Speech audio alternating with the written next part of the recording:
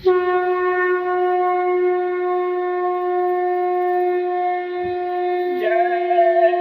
गुरुदेव, जय गुरुदेव।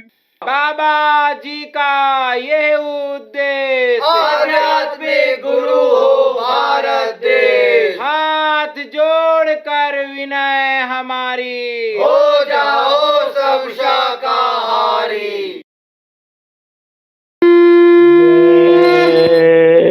गुरुदेव। तुम्हारा काम केवट का किनारे नावला देना, चढ़ा कर मुझ भिखारी को गुरु पार कर देना।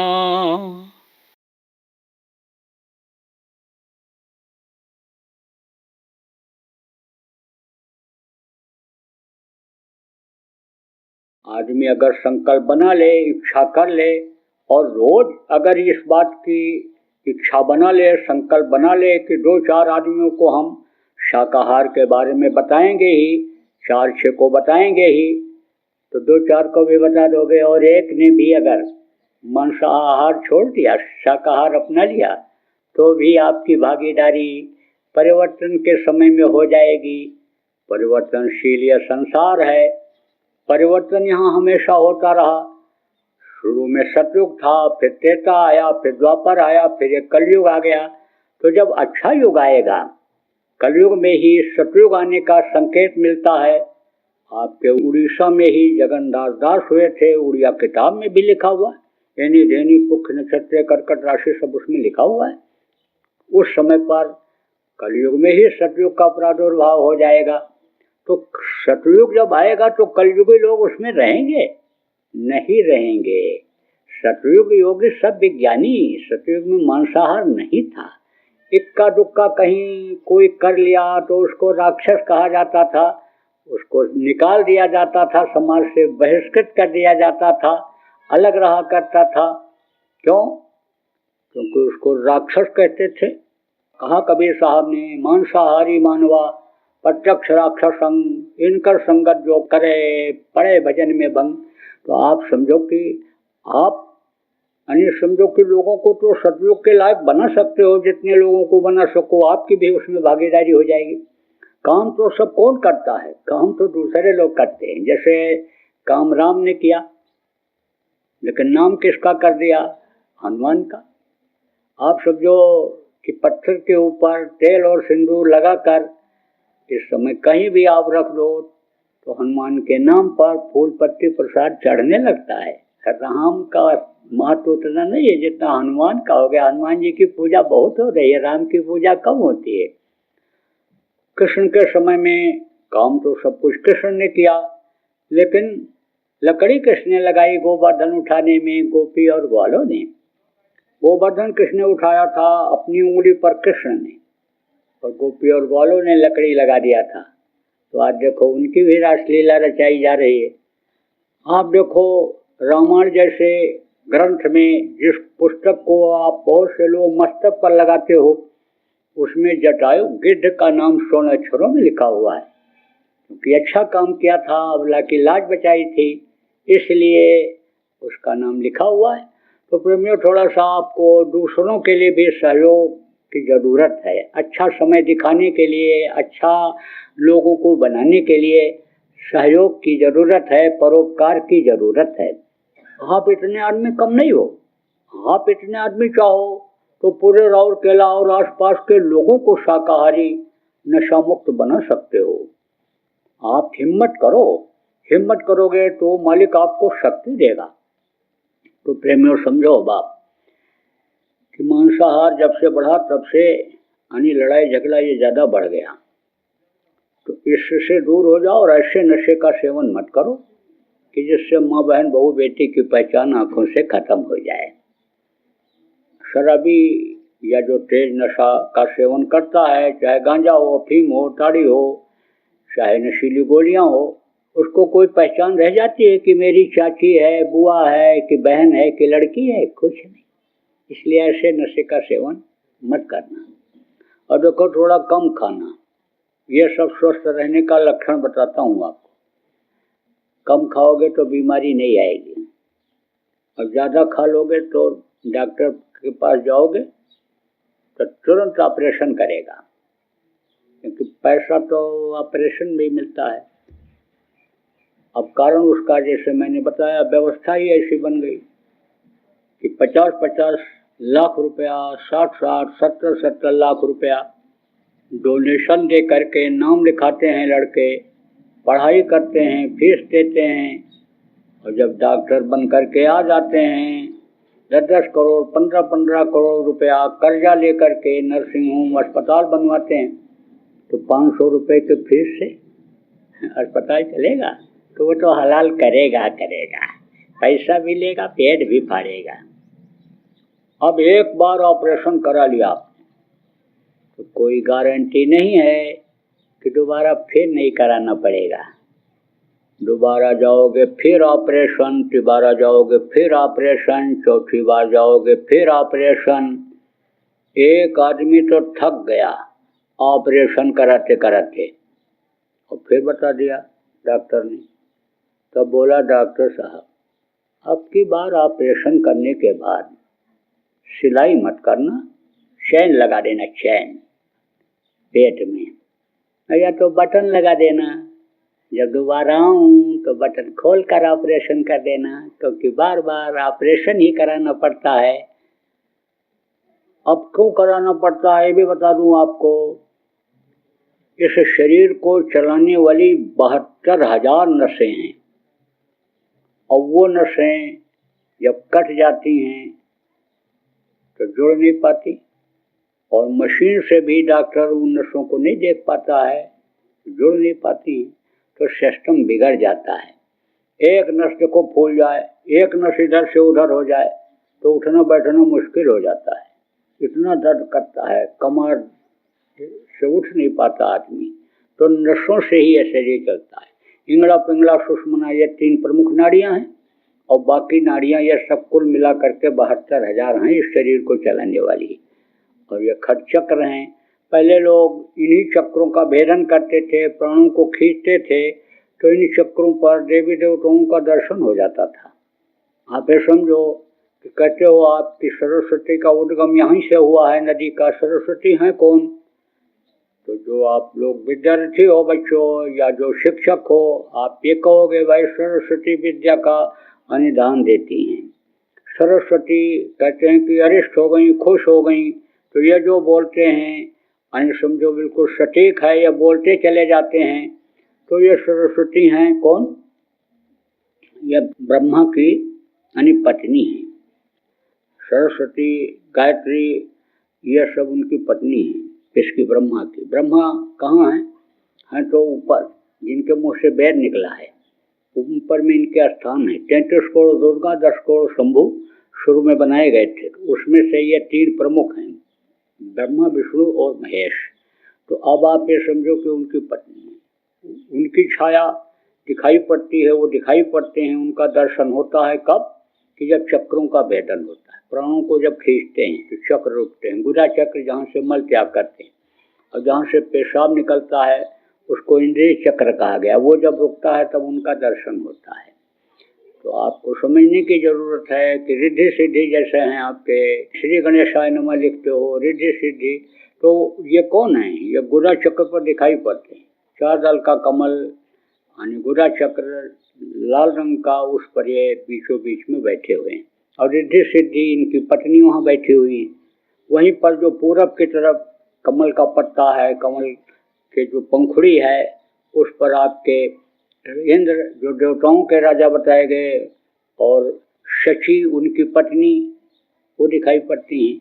इधर उत्तर की तरफ वरुण देवता दिखाई पड़ते हैं, दक्षिण की तरफ उधर आपके यमराज दिखाई पड़ते हैं, उधर पश्चिम की तरफ यानी वो दिखाई पड़ जाते हैं चित्रगुप्त। चित्रगुप्त कौन है? मंत्री हैं, पेशकार जिनको कहते हो। किसके? यमराज के। बराबर में ही बैठे रहते, उन्हीं जैसे रहते हैं, और सुंदर। ये तो कपड़ा ही वहाँ नहीं, जो कपड़ा आप पहनते हो कितना सुंदर कपड़ा पहन लो, लेकिन ये वहाँ कपड़ा ऐसा नहीं है। वहाँ तो तरह तरह के कपड़े, आप ये समझो कि रंग यानी पीला वही यहाँ भी दिखाई पड़ता है पंखुड़ियों का, कहाँ पर, यानी समझ लो कि इंद्र चक्र पर, और वही वहाँ हृदय चक्र पर भी दिखाई पड़ता है, लेकिन वो ऐसे ऐसे ऐसे ऐसे रंग होता रहता है, ये रंग उसको कही नहीं सकते। तो ये वो हैं। तो आपको मैं बता रहा था प्रेमियों कि देखो, आप यानी समझ लो कम खाओगे तो बीमारियों से बचे रहोगे, और लड़ाई झगड़ा से बचने के लिए बर्दाश्त कर लो। औरत को गुस्सा आवे तो आदमी चुप हो जाए, आदमी को गुस्सा आवे तो औरत चुप हो जाए। अब आप ये समझो कि घर में किसी एक को गुस्सा आ जाए तो दूसरा चुप हो जाए। कभी कभी ऐसा भी होता है कि चुप रहने के बावजूद भी वो बोलता ही जाता है, और ऐसी ऐसी बात बोलता है कि घाव हो जाता है, चाहे आदमी हो चाहे औरत हो, अंदर जख्म हो जाता है। तो बातों का जो घाव होता है वो जल्दी नहीं भरता है। कोई लठ मार दे, घाव हो जाए तो ठीक हो जाता है, लेकिन अंदर का घाव बराबर बना रहता है, तकलीफ बराबर बनी रहती है। तो आदमी हो या औरत हो, कहता बिल्कुल अब घर छोड़ के ही चले जाएंगे। कभी ऐसा होता है, सोच लेता हमारा हक है तो हम ही रहेंगे, इसको नहीं रहने देंगे। सास और बहू के झगड़े में यही तो होता है।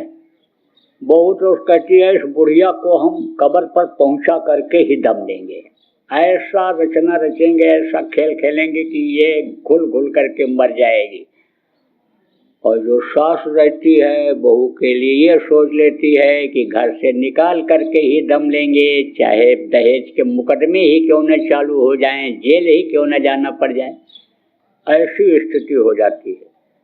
तो प्रेमियों, ये है विषय तो बड़ा गहन है, लंबा है, कभी सुनाएंगे आपको जब हमारे आश्रम आओगे। लेकिन इतना मैं बता देता हूँ कि पिछले जन्मों का स्वभाव जल्दी नहीं छूटता है। अब मान लो कोई भैंसा योनि से मनुष्य बन गया, तो जैसे भैंसा गुर्राता रगड़ता सिंह मारता चलता है, ऐसे आदमी भी ऐसा हुआ चलता है। एक जैसा स्वभाव देखो आदमी का नहीं होता है। आप समझो किसी घोड़े के ऊपर, जिनके लिए कहा गया संतों की महिमा अनंत अनंत किया उपकार, संत ने सवारी कर लिया तो समझो कि दया हो गई तो मनुष्य शरीर पा जाता है। लेकिन जैसे घोड़ा पैर मारता है, ऐसे आदमी भी ऐसे ऐसा पैर मारता, दो लत्ती मारता, चैन से न चलता है न चलने देता है किसी। मान लो कोई बकरी उनकी जीवात्मा है, औरत बन गई, तो जैसे बकरी दिन भर चिल्लाती रहती है, ऐसे औरत भी दिन भर बोलती रहती है। ऐसे समय में क्या करना चाहिए? ऐसे समय में आपको अभी तरीका बताऊंगा कि ऊपर से कपड़ा डाल के और आंख बंद करके कान में उंगली लगा के, और ऊपर में जो आवाज हो रही है 24 घंटे, जिसको अनाहत कहा गया, किसी ने वेद वाणी कहा, किसी ने साउंड कहा, किसी ने गैबी आवाज कहा, 24 घंटे जो हो रही है, मस्तानी आवाज जो आ रही है उस प्रभु के मुंह से, अन्य देवताओं के मुंह से जो आवाज निकलती रहती है, उसको सुनने के लिए बैठ जाओ। तो जब आंख बंद रहेगा, कान बंद रहेगा, मुंह बंद रहेगा, जब आप उसकी बात को सुन नहीं पाओगे, उसके इशारे को, हाथ को, पैर को, आंख को अपनी आंखों से देख नहीं पाओगे, तब मुंह से कुछ नहीं बोल पाओगे। जब सुनते हो बातों को तभी तो झगड़ा होता है। तो झगड़ा झंझट कुछ समय के बाद टल जाएगा। कोई कितना भी बोलने वाला हो तो बोलते बोलते थकेगा ही, और थक जाएगा तो चुप हो जाएगा, क्योंकि इस धरती का विधान यही है कि जो पेड़ फलता है वो झड़ता है, जो आग जलती है वो बुझती है, जो पैदा होता है वो मरता है। तो वो थोड़ी देर के बाद गुस्सा जो होगा, गुस्से की अग्नि जो जल रही होगी वो उसको बुझा देगी। जब वो बुझ जाएगी तो शांत हो जाएगा। अब रुपया पैसा में कैसे बरकत हो, कैसे मेहनत की, ईमानदारी की कमाई जब लाओगे तब बचत हो पाएगी, और पूरा भी पड़ जाएगा। जब आप किसी को मार के, काट के, सता के लाते हो, दिल दुखा करके लाते हो, तो वो चला जाता है। इज्जत के साथ जब लक्ष्मी को लाओगे, रुपया पैसा को लाओगे तो वो रुक जाएंगी। देखो जुआ में, दांव में लगा करके रुपया को, लक्ष्मी को जुआरी ले आता है, लेकिन दूसरे दिन फिर हार जाता है। चुरा के जो लाता है चली जाती हैं। इसलिए मेहनत और ईमानदारी की ही कमाई करोगे तो सुखी रहोगे, शांति रहेगी। अब सुख और शांति मिल जाएगी, बीमारियों से मुक्ति रहेगी, कोई खाने पीने का झंझट नहीं रहेगा। तो अब जो बताने जा रहा हूँ उसमें आपका मन लगा रहेगा, और नहीं तो मन इधर उधर भटका रहेगा। तो पूजा पाठ तो बहुत करते हो, तो राम कहा राम राम सब कोई कहें, ठग ठाकुर चोर, बिना प्रेम रीझे नहीं, स्वामी नंद किशोर। तो प्रेम नहीं पैदा होगा उनसे। क्यों कि देखे बिन न हुए प्रतीति, बिन प्रतीत होए न प्रीति, बगैर देखे विश्वास नहीं होता है। और जब देखते नहीं हैं तो प्रेम पैदा नहीं होता है, देखने से ही तो प्रेम पैदा होता है। तो अब आप ये समझो प्रेमियों कि आपको जब वो दिखाई पड़ेंगे, वो मालिक जब आपको मिलेगा, उनकी आवाज़ जब आपको सुनाई पड़ेगी, तब आपको विश्वास होगा। उसके लिए न आपको घर छोड़ना है, न जमीन जायदाद छोड़ना है, न बाल बच्चों को छोड़ना है, गृहस्थ आश्रम में ही रहना है।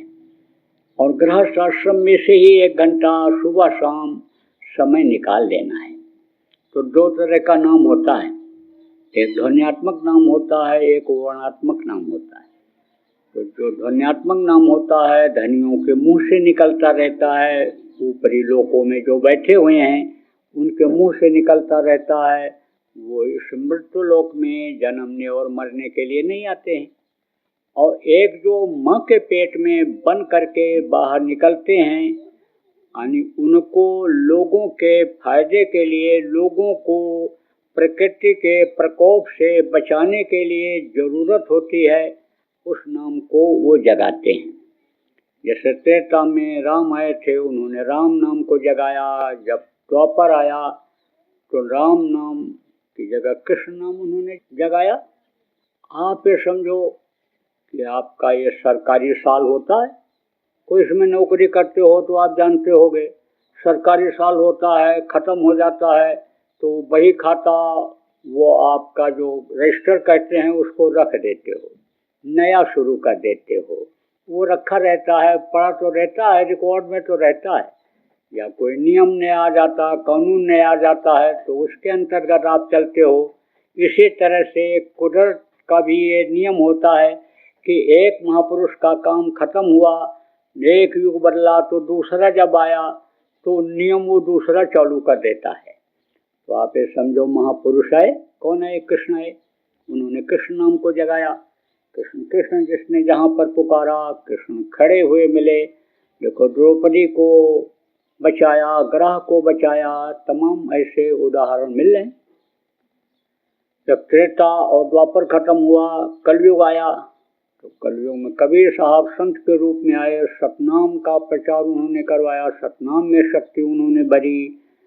नानक साहब आए तो वह गुरु नाम उन्होंने जगाया। जब इधर सूर्या जी महाराज आए तो राधा स्वामी नाम उन्होंने जगाया। इस तरह से जितने जितने महापुरुष जितने भी आए, एक नाम को उन्होंने मान्यता दिया और जगाया। हमारे गुरु महाराज ने किसको जगाया? जय गुरु नाम को जगाया। जगाया कैसे जाता है ये भी बता दें आपको। आप लोग कहाँ से जुड़े हो ये आपको नहीं पता है। परमात्मा से जुड़े हुए हो बहुत पतले तार के द्वारा। ऐसे ही जब नाम को महापुरुष जगाते हैं तो तार से जोड़ देते हैं। तो जब उस नाम से पुकारते हैं तो उस नाम से मदद मिल जाती है। गुरु महाराज ने हमारे जगाया, हालांकि अब तो चले गए, दुनिया में नहीं रहे, मनुष्य शरीर होने के कारण उनको भी छोड़ना पड़ा, लेकिन जय गुरु नाम में शक्ति अब भी है। जब उन्होंने जगाया था, लोगों को विश्वास नहीं हो रहा था, तो बोले अब परीक्षा लेकर देख लो तुम। खूब परीक्षा लिया लोगों ने, खूब जान माल की रक्षा किया। हमको ज़्यादा बताने का समय आज नहीं है। और आप कहोगे अपना जय गुरु नाम का प्रचार करने के लिए आए हैं। अरे प्रचार तो आप लोग खुद करोगे। जैसे कोई बीमार हो, डॉक्टर अच्छा मिल जाए और दवा ले आवे, मरीज ठीक हो जाए, स्वस्थ हो जाए तो अपने आप कहता है कि भाई चले जाओ, वो डॉक्टर बहुत अच्छा है, उससे इलाज करा लो। ऐसे ही मुकदमा जीत जाए तो कहते वकील साहब बड़े काबिल हैं, खूब बढ़िया बहस करते हैं, चले जाओ उनके पास।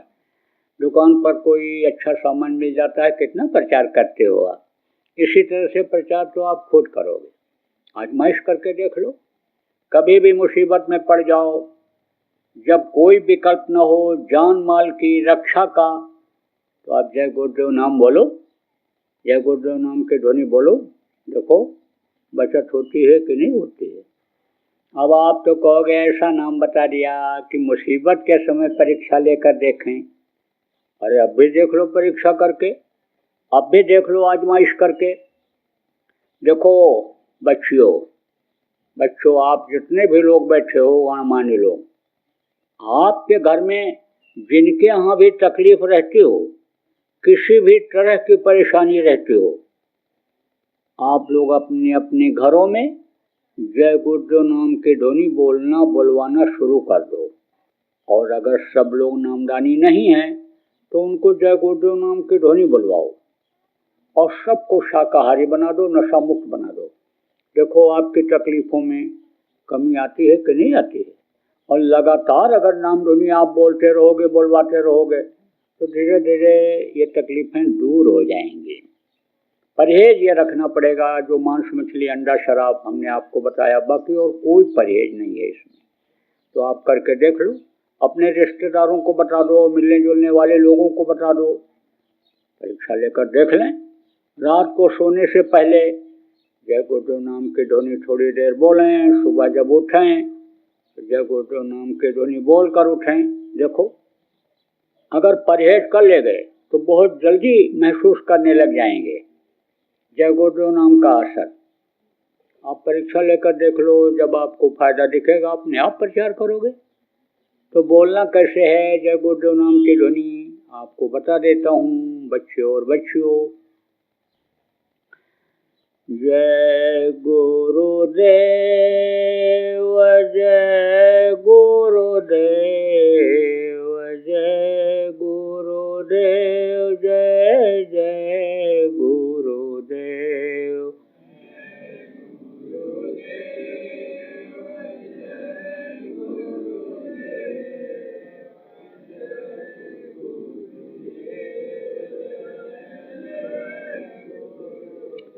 जय गुरुदेव, जय गुरुदेव, जय गुरुदेव, जय जय गुरुदेव।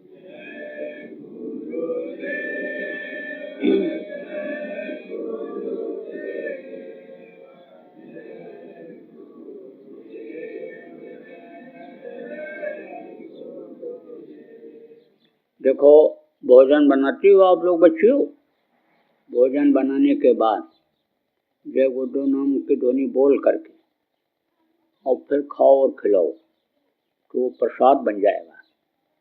तो प्रसाद इसलिए लेते हैं कि ये हमको फायदा करे, और जब वो भोजन प्रसाद बन जाएगा तब वो प्रसाद की तरह से फायदा करेगा। इसलिए यह भी आदत डाल लो सब लोग। तो बोलो जय गुरुदेव, जय गुरुदेव, जय गुरुदेव, जय गुरुदेव, जय जय गुरुदेव।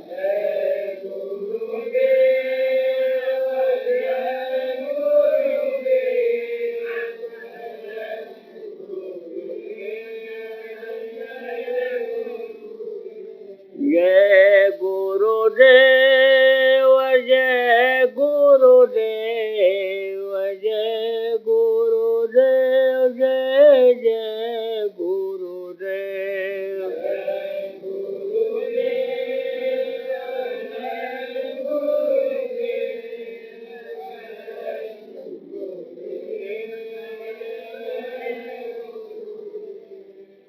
इसी तरह से जय गुरुदेव नाम की ध्वनि सब लोग बोलिएगा और लोगों को बुलवाइएगा। आप लोग देखो देश प्रेम बनाए रखना, देश की संपत्ति आपकी अपनी संपत्ति है। हड़ताल, तोड़ फोड़, आंदोलन, धरना, घेराव हिंसा, हत्या, आत्महत्या जैसा कोई भी काम मत करना। देशद्रोहिता जिसको कहते हैं, देशद्रोहिता का कोई भी काम मत करना। और बराबर दया भाव बनाए रखना, जीवों पर दया करना, शाकाहारी रहना, शाकाहारी की शिक्षा लोगों को देना। और ये भजन ध्यान सुमिरन जो बताया इसको प्रेमियों करते रहना। नामधुनी के बारे में लोगों को बताना और नामधुनी अपने अपने घरों में आप लोग चालू करा देना। और देखो हमारा आश्रम उज्जैन में है, मध्य प्रदेश में, वहाँ पर कार्यक्रम होते रहते हैं। आपको खबर लगे तो आप आइएगा, आपको निमंत्रण देता हूँ। तो बोलो जय गुरुदेव। तो प्रेमियों कहते हो ना कि मन नहीं लगता है, मन किधर जा रहा है, उस पर विचार करो। किसकी वजह से मन खराब होता है उस पर आप कंट्रोल करो। देखो पानी है और पानी में हरा रंग डाल दो तो पानी हरा हो जाएगा, नीला डाल दो नीला हो जाएगा, काला डाल दो तो काला हो जाएगा।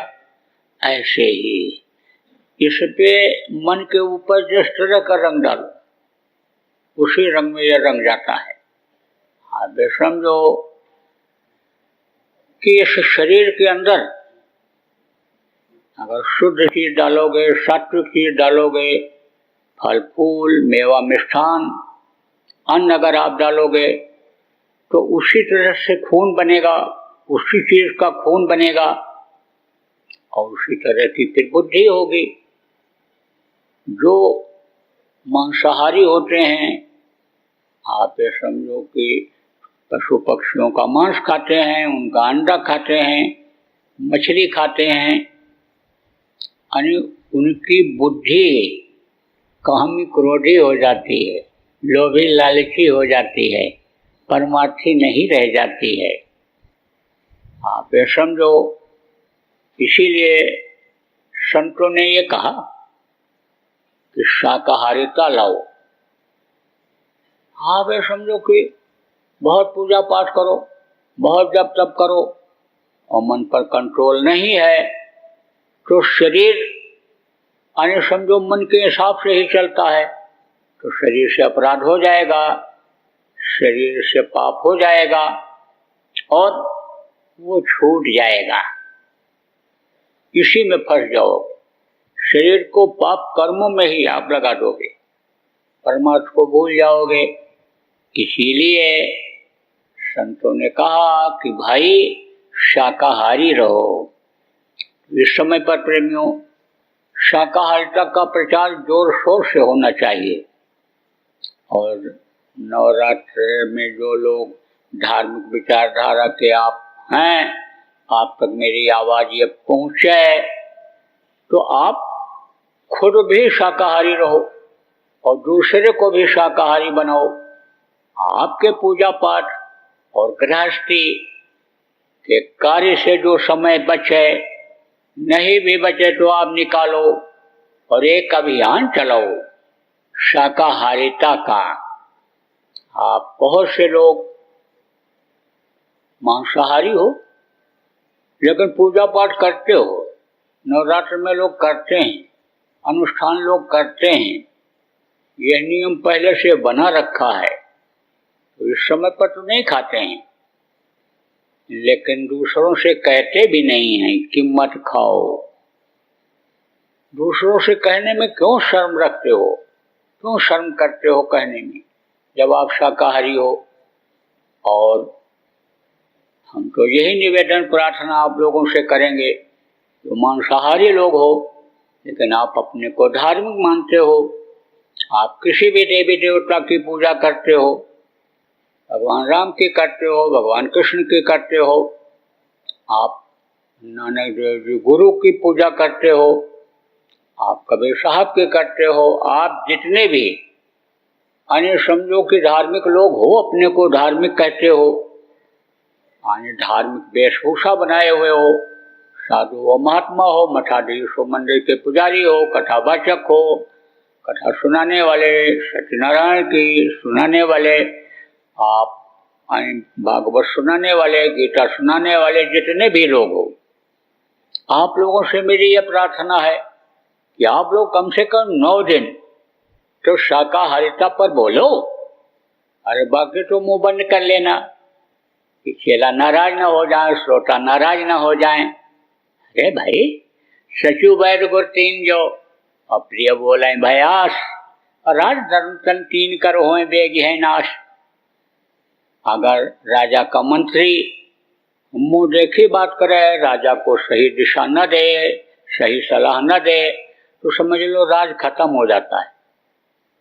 वैद्य अगर मरीज के मन के मुताबिक खाने को बता दे तो मरीज तो जो चीज नुकसान करने वाली होती है वही मांगता है, उसकी इच्छा वही चीज खाने की होती है, तो मरीज मर जाएगा। परहेज अगर नहीं बताएगा वैद्य तो नाश हो जाएगा शरीर का।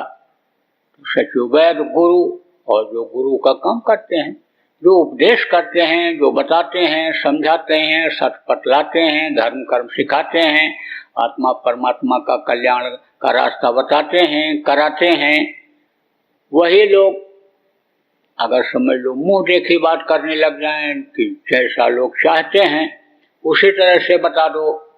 कोई कहता कि मैं बड़ा पापी हूँ, मांस खाता हूँ, मछली खाता हूँ, अंडा खाता हूँ, शराब भी पी लेता हूँ, चोरी व्यभिचार भी कर डालता हूँ, बड़े आदमियों का साथ है, बड़े बड़े नेताओं का साथ है, बड़े बड़े अधिकारियों का साथ है, और मुझको ये सब करना पड़ता है, तो महाराज हमको कोई ऐसा उपाय बता दो, ऐसा मंत्र दे दो, ऐसी दीक्षा दे दो कि हमारा ये भी चलता रहे और वो भी चलता रहे।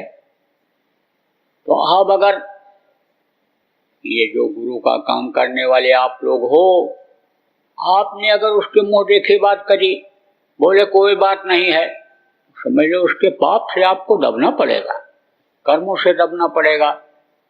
और अगर आप समझ लो कि उसको समझा दोगे, भाई अभी तक जो हुआ सो हुआ, अब मत करना, अब ये बुरा कर्म छोड़ दो, और उसने अगर छोड़ दिया और आपके अंदर अगर आध्यात्मिक शक्ति नहीं है, ताकत नहीं है, आप उसकी गलतियों को माफ नहीं कर सकते हो, और आपने अपना समर्थ गुरु बना रखा है, तो आपके गुरु उसका माफ करेंगे।